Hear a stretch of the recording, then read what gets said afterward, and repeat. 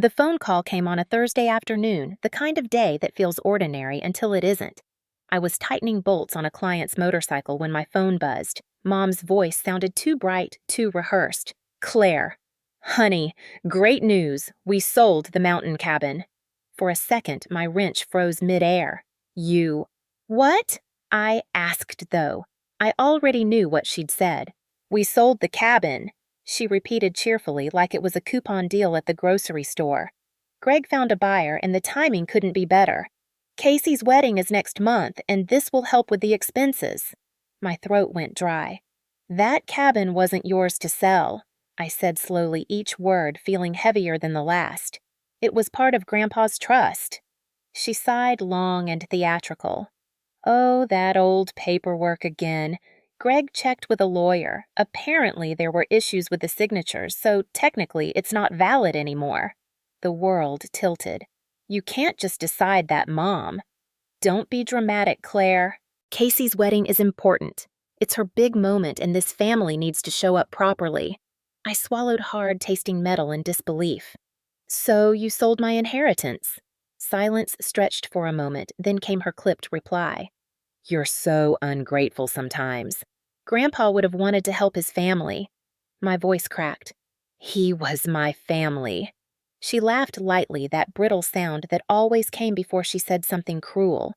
You wouldn't even use that cabin.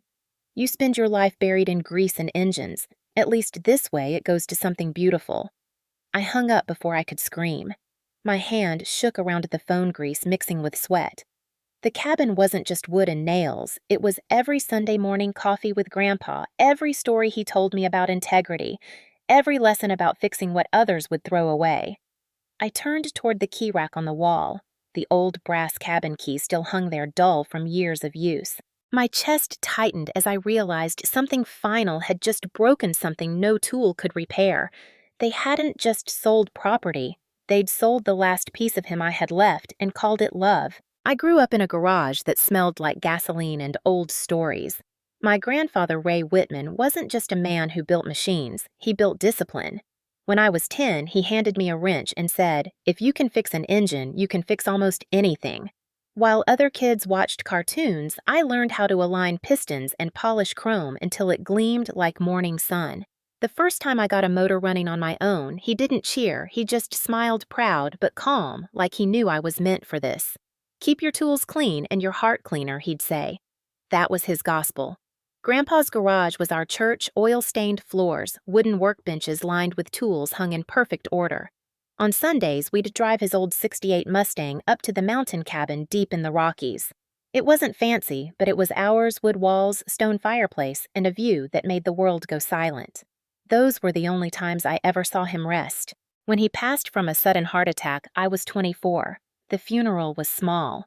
Mom looked more bored than broken. She whispered to Greg, her yoga instructor turned fiancé, while I stood alone at the casket gripping a piece of metal from our last project together. After the service, the lawyer read the will. Grandpa left everything personal, his garage, the Mustang, and the cabin to me, but locked in a trust until I turned 30. He'd said it was for protection, I know your mother. He'd joked once, half smiling. Better safe than sorry. He was right. For 6 years, I honored that promise. I visited the cabin twice a year, kept the garage in order, and treated every bolt and nut like sacred relics. Mom, though, saw it differently. That garage is a junkyard, she said once. You could turn that space into something useful, like a studio. Greg backed her up always with his fake, calm voice. Your mom's right, Claire. You can't live in the past forever. But the past was all I had left of Grandpa, the only man who'd ever believed in me without conditions. I still remember his hands calloused but steady, showing me how to listen to the hum of a good engine. When you know its rhythm, he said, you'll know its soul. He was talking about motors, but I think he meant people too. Looking back, he must have sensed how fragile trust could be, how easily love gets traded for control. He left me more than machines. He left me principles, respect, precision, and pride. So when Mom called years later to tell me she'd sold that cabin, it wasn't just about property. It was about betrayal of everything he stood for. And as I stood in the same garage that used to echo with his laughter, I knew one thing for sure: he'd prepared me for this moment. He'd taught me how to fix what others break, and this time what was broken wasn't metal. It was family. Mom married Greg Simmons exactly 8 months after Grandpa's funeral. I didn't even know she'd been dating him until she handed me the invitation with a rehearsed smile. "He makes me feel young again," she said, brushing invisible dust off her designer dress. Greg was 10 years younger, tan from the gym, and the kind of man who looked at mirrors more than people. I shook his hand at the wedding reception and he squeezed mine just a little too tight. "Heard you're the mechanic," he said. "That's cute." His daughter Casey, 12 at the time, wore a flower crown and an expression of pure disdain. "You smell like oil," she told me before turning away. It was the beginning of something I didn't yet have words for, a quiet erasure. Within a year, the house I grew up in didn't look like home. Grandpa's wood paneling was gone, replaced by cold gray paint. His leather recliner disappeared, traded for sleek white furniture that looked like it belonged in a showroom. Even the framed photo of him in his garage vanished from the mantel. When I asked Mom where it went, she said, "Oh, Greg thought it clashed with the new aesthetic." She said it like she was talking about wallpaper, not her dead father. The garage became Greg's project next. "We'll turn it into a gym," he announced one Saturday, voice loud enough for the neighbors to hear. "Claire can move her tools somewhere else." Mom nodded, sipping her smoothie. I stared at the doorway where Grandpa used to lean while giving me advice about torque ratios and patience. "The garage stays," I said. Greg's smile didn't reach his eyes. "It's just a room, sweetheart." But it wasn't. It was history. It was memory. And it was mine. After that day, he kept the door locked whenever I wasn't home. My toolbox went missing once later, found in the backyard, rusted from the rain. Casey laughed when I confronted her, flipping her blonde hair. "Maybe Grandpa's ghost is just cleaning up your junk," she said. Mom didn't scold her. She just told me to pick my battles. I was 26, then still naive enough to think that keeping the peace meant keeping the family. But peace built on silence is just surrender with prettier words. Greg started investing in flashy things: sports cars, designer suits, private golf club memberships. Mom followed his lead, obsessed with appearances. They became the couple everyone envied and quietly pitied, perfect smiles hiding empty eyes. Casey became their crown jewel etiquette classes. Ski trips, designer clothes. Every time I came home from work, she'd smirk and say, "Still fixing old engines? How charming." I learned to stay quiet to keep my world small: the garage, the Mustang, the memory of Grandpa's laugh. But each visit home felt colder, like walking through a museum of everything I'd lost. The day Greg replaced Grandpa's tool rack with a mirror, I stood there staring at my reflection, wondering when exactly I'd stopped being family and started being a burden. That was when I realized something I didn't want to admit. Mom didn't just move on. She erased us. The shift didn't happen overnight. It crept in, quiet as dust. One morning, Greg started rearranging the living room for better flow, and by summer, the family photos that once filled the walls were replaced by abstract art he claimed was investment pieces. He said it with that salesman grin, smooth and empty. Mom beamed beside him like she'd won a prize. I tried to ignore it at first, tried to convince myself that maybe change was harmless. But every time I stepped into that house, it felt less like home and more like a showroom built to impress strangers. The manipulation was subtle at first. Greg would say things like, "You're so talented, Claire, but it's a shame your skills don't make real money." Or Mom would sigh over dinner and mention how Casey's grades were exceptional, how she was so driven, how she could see her becoming someone important. Then she'd glance at me and add, "Maybe you could help Casey learn a few practical things, like changing a tire." It was never about helping. It was about reminding me where I stood below. They called it motivation. It felt like slow humiliation. Casey's transformation was Greg's masterpiece. Designer boots, ski lessons, etiquette classes, whatever she wanted, she got. "She's the future of this family," Mom said once while polishing the silver Greg had bought. I'd just come in from the garage, oil on my hands, exhaustion in my bones. "You could have the same life if you wanted," Mom added, "if you stopped clinging to the past. The past built this family," I said quietly. She didn't answer. Later, I found out Greg had been selling Grandpa's motorcycles one by one. When I confronted Mom, she brushed me off. "We're just decluttering. Those things take up space." There were thousands, I said, voice shaking. They were Grandpa's legacy. He's gone, Claire, she snapped. You can't live in that garage forever. I didn't argue. I couldn't. I was still trying to believe there was a version of her that wouldn't betray me. Hope is a dangerous thing. It makes you excuse the cracks until the whole structure collapses. The final straw came when Greg changed the locks to the garage for insurance purposes. I came home from work one evening and couldn't get in. Through the window, I saw men moving boxes. It's for your own good, Greg said when I confronted him. That stuff's just clutter. We're streamlining. You're selling it, I said. He smiled. I'm optimizing. I wanted to scream, but Mom stepped between us. Claire, don't make a scene. Greg knows what he's doing. He's selling what's not his. I said, but she wouldn't meet my eyes. The air smelled like betrayal, sweet, clean, and final. I stopped visiting after that. Every call from Mom felt rehearsed. Every I love you came with a request for money or patience. When I asked about Grandpa's cabin, she changed the subject. Deep down, I knew something was brewing, something ugly and irreversible. Still, a part of me hoped they'd stop before crossing the line completely. I should have known better. Toxic people don't stop when they get what they want. They stop when there's nothing left to take. And I was about to find out just how much they were willing to steal. I was in the middle of a late-night shift at the auto shop when my phone buzzed. Mom's name lit up the screen, followed by a message that read, "Call me sweetheart." Big news. I almost ignored it. Big news from Mom usually meant new debt or new drama. Still, I wiped my hands and called. Her voice came through sugary and giddy. "Claire, you'll never guess. Casey's engaged to Andrew Dalton. The Daltons, honey, the construction dynasty." I blinked, staring at the grease-streaked floor. "Congratulations," I said flatly, reaching for my coffee. "That's great." "Oh, it's more than great," she gushed. "They're planning the wedding at the Summit Club, can you believe it? Full orchestra, over 400 guests. It's going to be magical." Her tone softened just slightly the way it always did before a blow.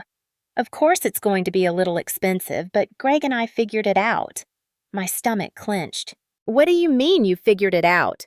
"Well," she said, dragging out the word, "we've had an offer on the mountain cabin. It's just sitting there collecting dust. This way it'll go towards something meaningful family." I nearly dropped my coffee. "You can't sell the cabin."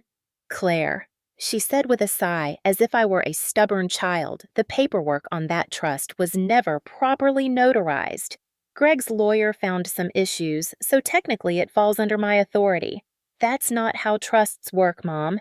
Grandpa left that to me. You're always so defensive," she said, her patience thinning.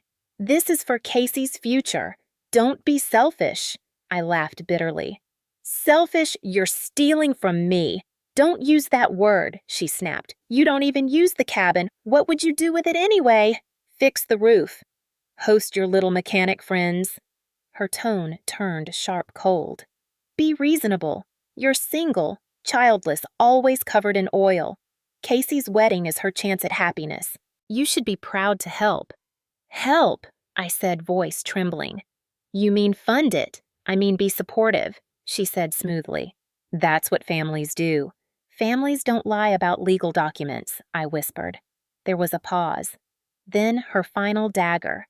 "Maybe, if you weren't so attached to that old man's junk, you'd understand how to move on." I hung up. My hands were shaking so hard, the phone almost slipped. For a moment, the garage spun around me. I could still smell the mix of metal and oil, the scent of every lesson Grandpa ever taught me about honesty, about legacy, about worth. They were selling it all for chandeliers and table linens. I looked at the framed photo of Grandpa above my workbench. His eyes, steady and kind, seemed to say what I already knew. "Keep your eyes open, kiddo." I grabbed my laptop and started digging through old emails, old files, anything from his lawyer, anything that could prove the trust was still intact. I didn't know it yet, but that night would be the start of the war. For days, I tried to reason with them. I called, emailed, even drove to their house once, but every attempt ended the same way, with me standing in their polished marble foyer feeling like an intruder. Mom would talk in that slow, patronizing tone she used when she wanted to sound calm. "Claire, you're overreacting. You don't understand how the world works. Greg's handling everything. Greg would stand behind her arms folded, smiling like a man who'd already won. It's for the family, he'd say. Your grandfather would have wanted that cabin to bring people together. I'd stare at him, wondering if he believed his own lies. Casey floated in and out of the conversation, busy choosing flower arrangements and custom invitations, never once looking me in the eye. You'll come to the wedding, right? She'd say, breezily, as if nothing was wrong. It's going to be perfect. The word perfect made me nauseous. I stopped calling. Every time the phone rang, my chest tightened, expecting another blow. The next one came by mail, a formal notice stating the cabin's pending sale, signed by Mom and Greg as authorized representatives.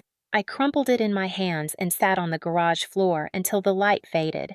For the first time in years, I cried not loud, but the quiet kind that comes from realizing the people you love don't love you back the same way.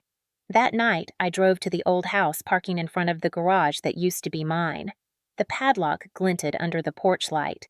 Through the dusty window, I could see the outline of the Mustang half-covered, abandoned. The air smelled faintly of oil memory and heartbreak.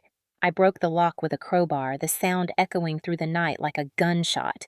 Inside, everything was scattered tools, missing parts, stripped boxes labeled donations. I found one of Grandpa's work gloves on the floor, stiff with age. I pressed it to my face and whispered, "I'm sorry, Grandpa. I should have protected this sooner." When I stepped outside, the wind hit hard, cold enough to sting. My reflection in the car window startled me, eyes red, jaw tight, hands trembling but steady. For the first time, I didn't feel like the broken one. I felt awake.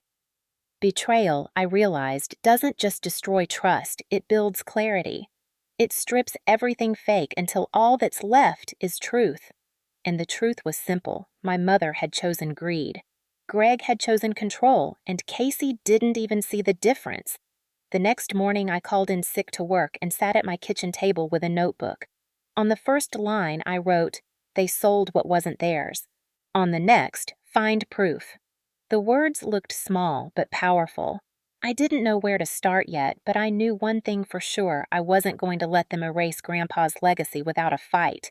Not this time. The next morning, I called the only person I could trust, Hayden Brooks, my grandfather's old attorney. His voice came through steady slow, with the kind of calm that only comes from decades of dealing with chaos. "Claire, I wondered when I'd hear from you," he said after I explained what happened. "Your grandfather was meticulous. He left everything airtight. Mom said the trust wasn't notarized properly," I told him. "That it's invalid." He laughed softly, not unkindly. "Ray, Whitman, invalid paperwork. I'd sooner believe the sun forgot to rise." That laugh gave me hope. He asked me to come to his office the next day to bring anything I had. Emails, letters, bank notices, anything with her or Greg's name on it. I didn't sleep that night. I went through every file, every receipt I'd ever kept. At 2 a.m, I found something in email from years ago. Grandpa had forwarded me a message with the subject line, "Finalized trust, confirmed." Attached was a PDF with his signature, Hayden's witness mark, and the notary seal. I opened it with shaking hands. It was real. It was valid. They'd lied. The next morning, Hayden looked over the file and nodded. "Your instincts were right. The trust is binding. What they're doing is illegal." He leaned back, eyes narrowing. "And if they've already sold property under it, that's fraud." The word hung in the air, heavy and electric. "What do we do?" I asked. "First, we find the money. They didn't sell that cabin for cash. They funneled it somewhere." He made a few calls, and within hours, he'd found something. "There's a pattern here," he said, scrolling through transaction logs on his computer. 11 motorcycle sales in the last 2 years. The funds moved from Greg's business account to your mother's personal one, then straight to a wedding planner in Aspen. I clenched my jaw. So they used Grandpa's bikes to fund Casey's wedding. "That's just the start," he said. "They also transferred trust funds to a joint account last month. They're covering tracks, but not well." He paused, his voice dropping lower. "They forged documents, Claire. I can see digital inconsistencies in the PDF signatures. They faked my old notary's mark." I felt a rush of cold fury. "They made it look like you said it wasn't valid." "Exactly," he said. "It's calculated but sloppy. That's good for us. I didn't realize I was gripping the arm of the chair until I felt the leather creak under my fingers. Can we stop them? We can do more than that, he said. We can expose them. He handed me a folder labeled Emergency Injunction Procedure. If we file this, the court will freeze all assets under the trust immediately. But we'll need proof transaction records communication witnesses.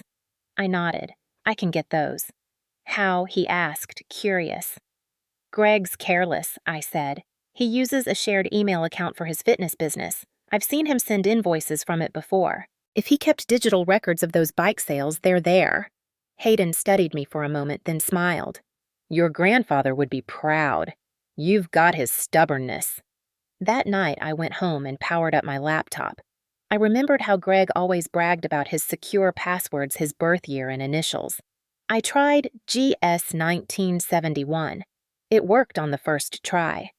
My screen filled with invoices, transfers, buyer receipts, all dated after Grandpa's death. I started downloading everything, my heart pounding in my ears. For hours, I combed through evidence photos of bikes, price lists, even shipping manifests. It wasn't just greed, it was premeditated theft. Near midnight, I found a file named cabinsale.pending.docx. My chest went tight. The document included forged signatures from me and Hayden granting them permission to sell. I stared at it numb. That was the moment the last piece of hope I'd held for them disintegrated. This wasn't family. This was a con. I emailed everything to Hayden's subject line, proof of fraud. His reply came within minutes, excellent work.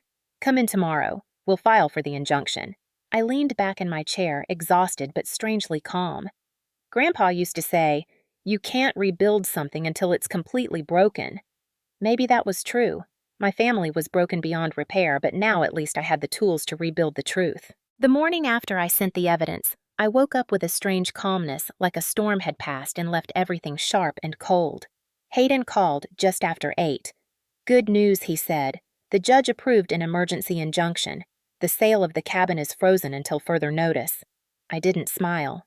Not yet. It wasn't victory. It was the first brick in a wall I still had to build. He suggested we dig deeper. If we can trace where every dollar went, we'll have leverage. The fraud charges will stick harder when we show motive and gain.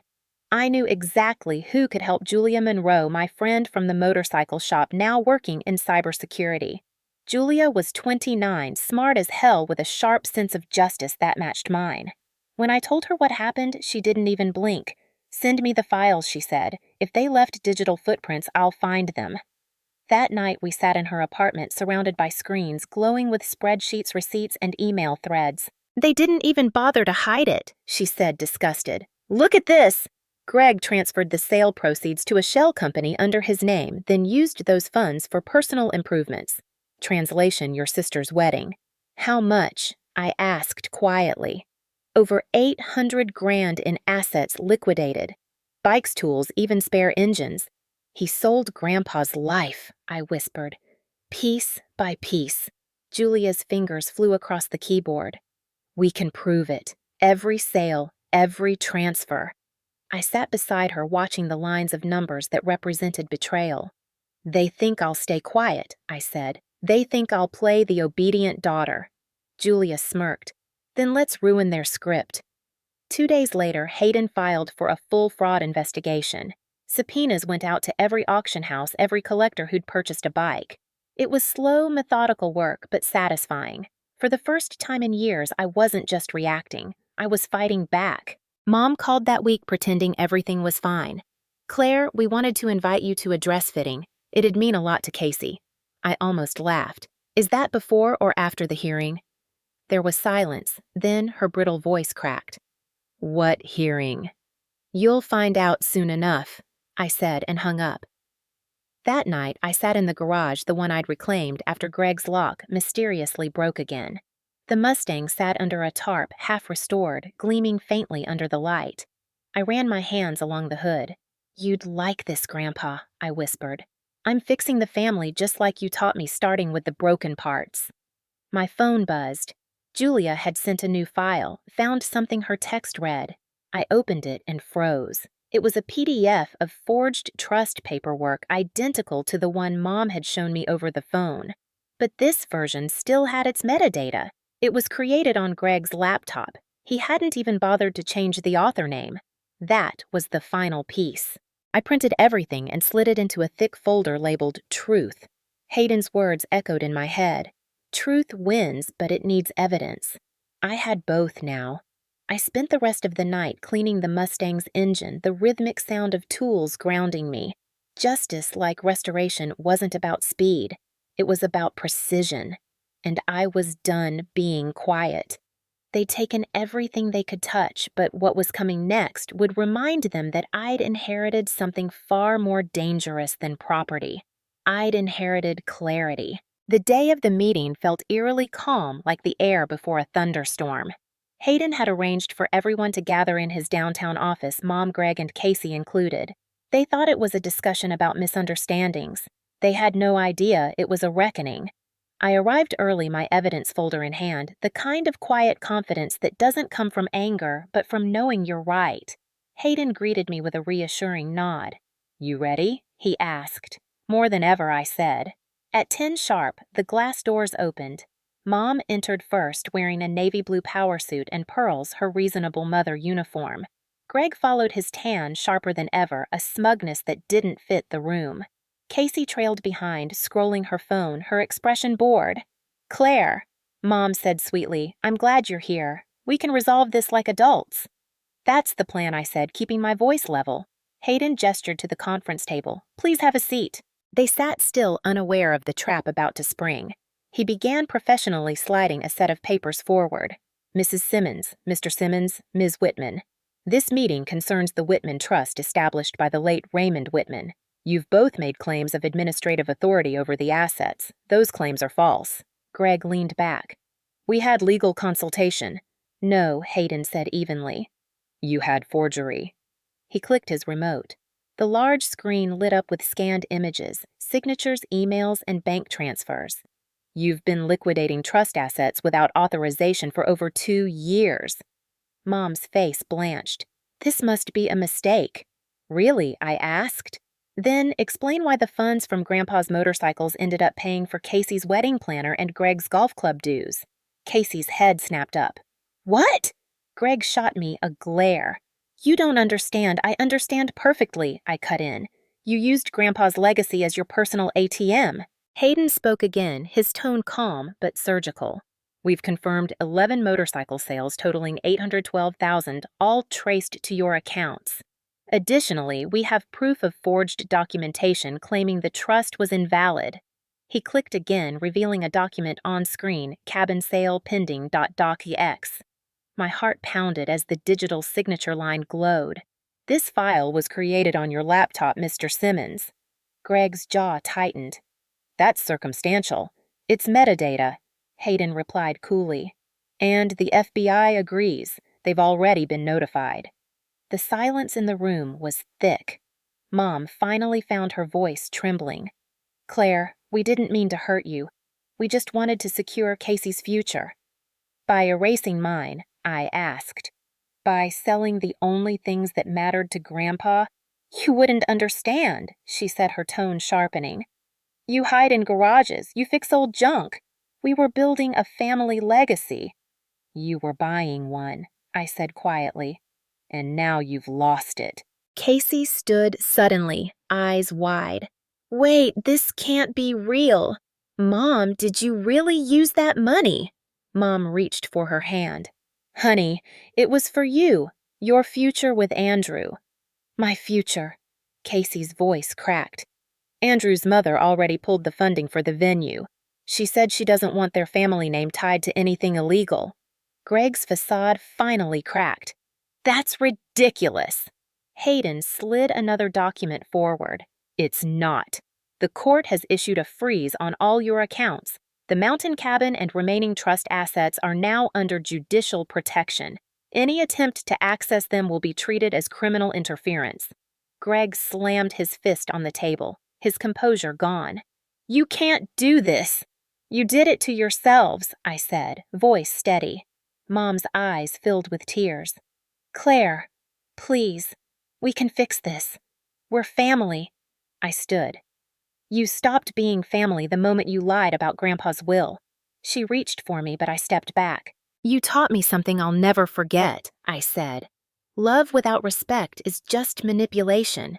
You don't get to rewrite what you destroyed. Hayden gathered the papers calmly. Mrs. Simmons. Mr. Simmons, you'll both receive official notice of the investigation and court hearing within 48 hours. Until then, I suggest you cooperate. They rose in stunned silence. Casey lingered, her mascara running. I didn't know, Claire, she whispered. For the first time, I almost believed her. Maybe not, I said, but you chose not to see it. She nodded, ashamed. As they left the office, I felt a strange stillness. I thought justice would feel like triumph, but it didn't. It felt like gravity, heavy, inevitable. Hayden turned to me. You did good, Claire. Most people would have given up. I shook my head. I didn't do this to win. I did it to make things right. As I walked outside, the autumn air hit my face crisp and cool. I looked up at the skyline thinking of Grandpa's words, "Keep your heart clean." For the first time in years, I finally understood what he meant. Justice isn't loud. It doesn't need applause. It just needs to be done. News travels fast in small towns, especially when it involves scandal. Within a week, every local paper and gossip site carried the same headline, "Prominent couple under investigation for estate fraud." Mom and Greg's perfect suburban facade cracked like thin glass. Their friends stopped calling. Greg's gym revoked his membership pending review. Casey's fiancé, Andrew, released a statement through his family's PR team, cold and surgical. The engagement between Andrew Dalton and Casey Simmons has been mutually dissolved. It wasn't mutual. He'd ghosted her, then blocked her number. The Daltons wanted distance, no photos, no association, no reminder that their son's almost wife was funded by stolen money. The fallout was immediate. Mom's designer friends pretended not to see her at the market. Greg's business partners cut him out of their shared venture. One of the buyers who'd purchased Grandpa's bikes demanded refunds after seeing the headlines claiming fraud. When the court froze their accounts, the house of luxury they'd built collapsed overnight. Mom tried calling me dozens of times. I didn't answer. Each voicemail was a new tone, pleading angry, desperate, apologetic. "Claire, this isn't fair," she said, once her voice cracking. "We're family. Another time I did it for Casey, not for me." Then finally, a whisper. "I don't know what to do." I listened to that one twice before deleting it. It didn't feel like revenge. It felt like the natural end of something rotten. Justice has a sound, and sometimes it's just silence from the people who used to talk the loudest. A week later, I drove by their house. The for sale sign was already up. The front yard where Greg used to show off his imported cars was empty, just faint tire marks on the driveway. Through the living room window, I could see moving boxes stacked high, half labeled, half forgotten. I parked across the street, engine idling, and for a second I almost went up to the door. But then I saw them. Mom sitting on the floor, surrounded by boxes, shoulders slumped. Greg, pacing with a phone pressed to his ear, face red with frustration. They looked small, the kind of small that comes when arrogance finally collapses into consequence. I didn't feel satisfaction, just a quiet ache like watching a slow-motion car crash you saw coming miles away. I rolled down my window and let the cool air in. The scent of rain and pine drifted through sharp and clean. Somewhere deep down, I imagined Grandpa would have said, "Let the storm do the work, kiddo," and it had. The storm had stripped them of everything they'd built on lies. I started the engine again, ready to leave, but then Casey came out of the house carrying a box of clothes. She looked different, no makeup, no sparkle, just tired.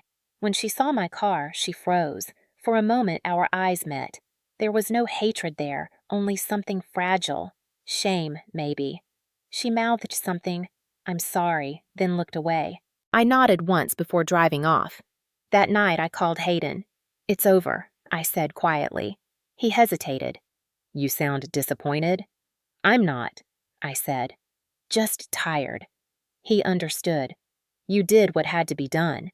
You honored your grandfather and destroyed what was left of my family," I said. "They destroyed it," he corrected. "You just turned the lights on." I sat in silence for a long time after we hung up. Sometimes justice doesn't heal. It just cleans the wound so it can finally scar over. The next morning I went to the cabin. The locks had been changed under the court order, but the key Grandpa gave me years ago still fit. I opened the door, and the smell hit me, wood dust, coffee, and faint traces of engine grease from when he used to tinker on old parts in the living room. I ran my fingers along the wall, tracing the grooves of the logs. Outside, the mountains stood silent and eternal.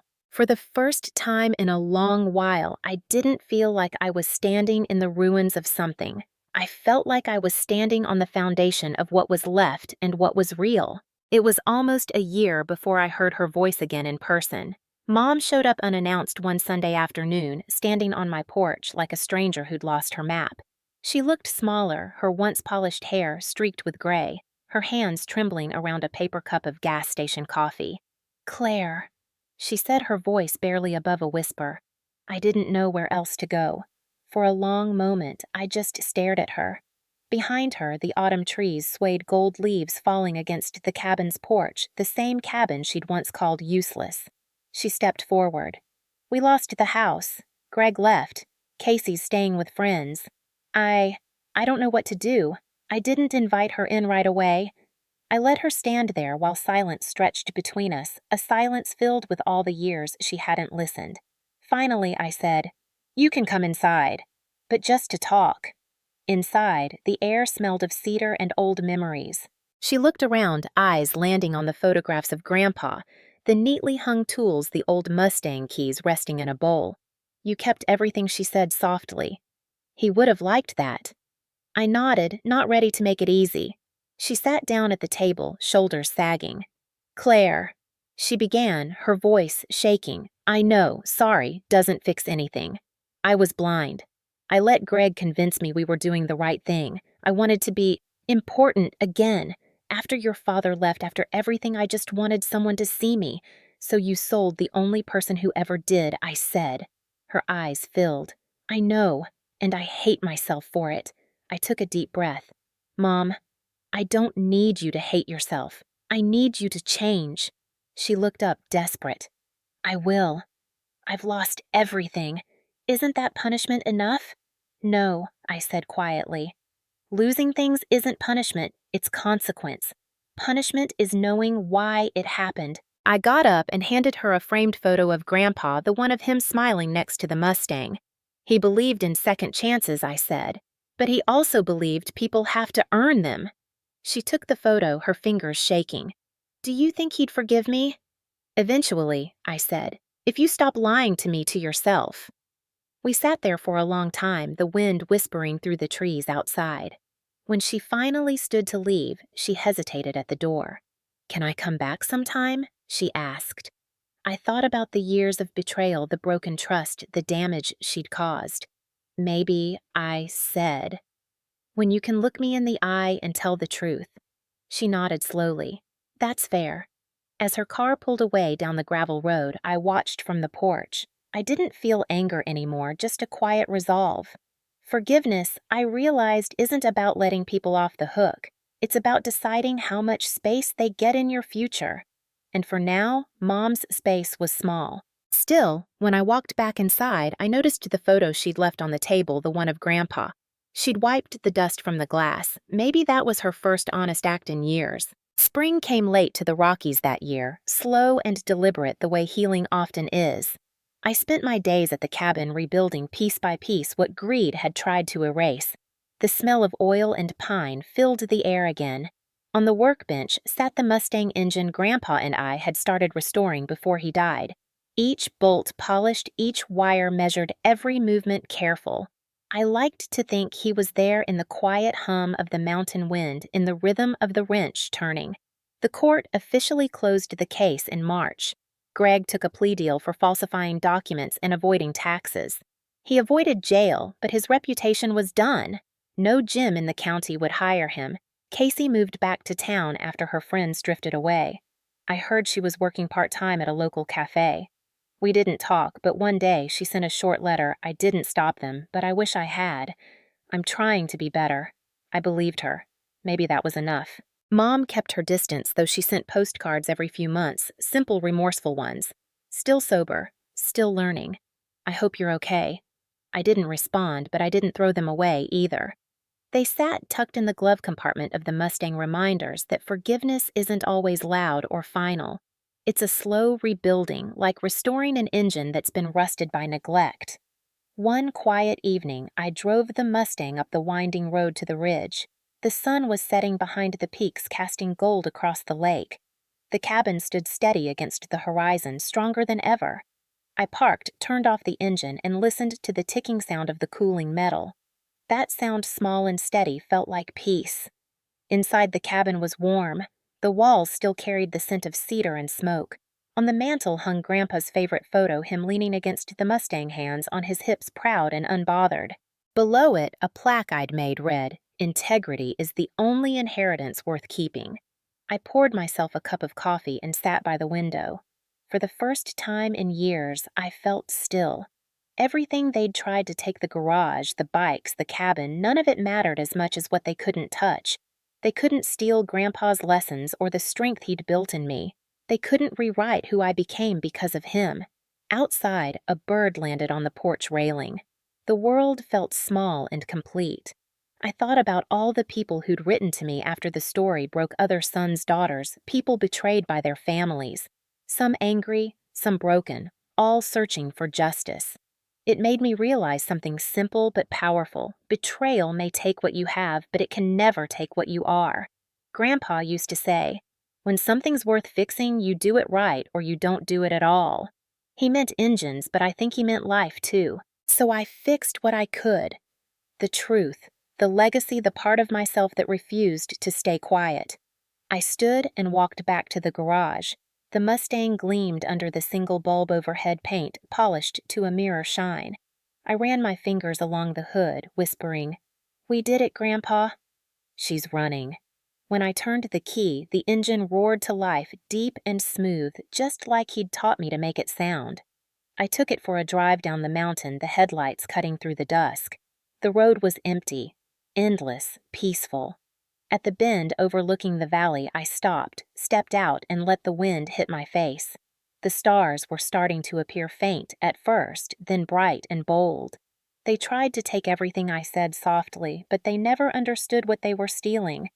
I smiled, then not the smile of victory, but of understanding, the kind Grandpa used to wear after fixing something broken, the kind that says, "It works now, it's whole again." As I drove back to the cabin, the headlights caught a glint on the wall, a framed quote Grandpa once kept in his workshop. I'd almost forgotten it until now. "Do right, even when no one's watching." And in that moment I realized he still was.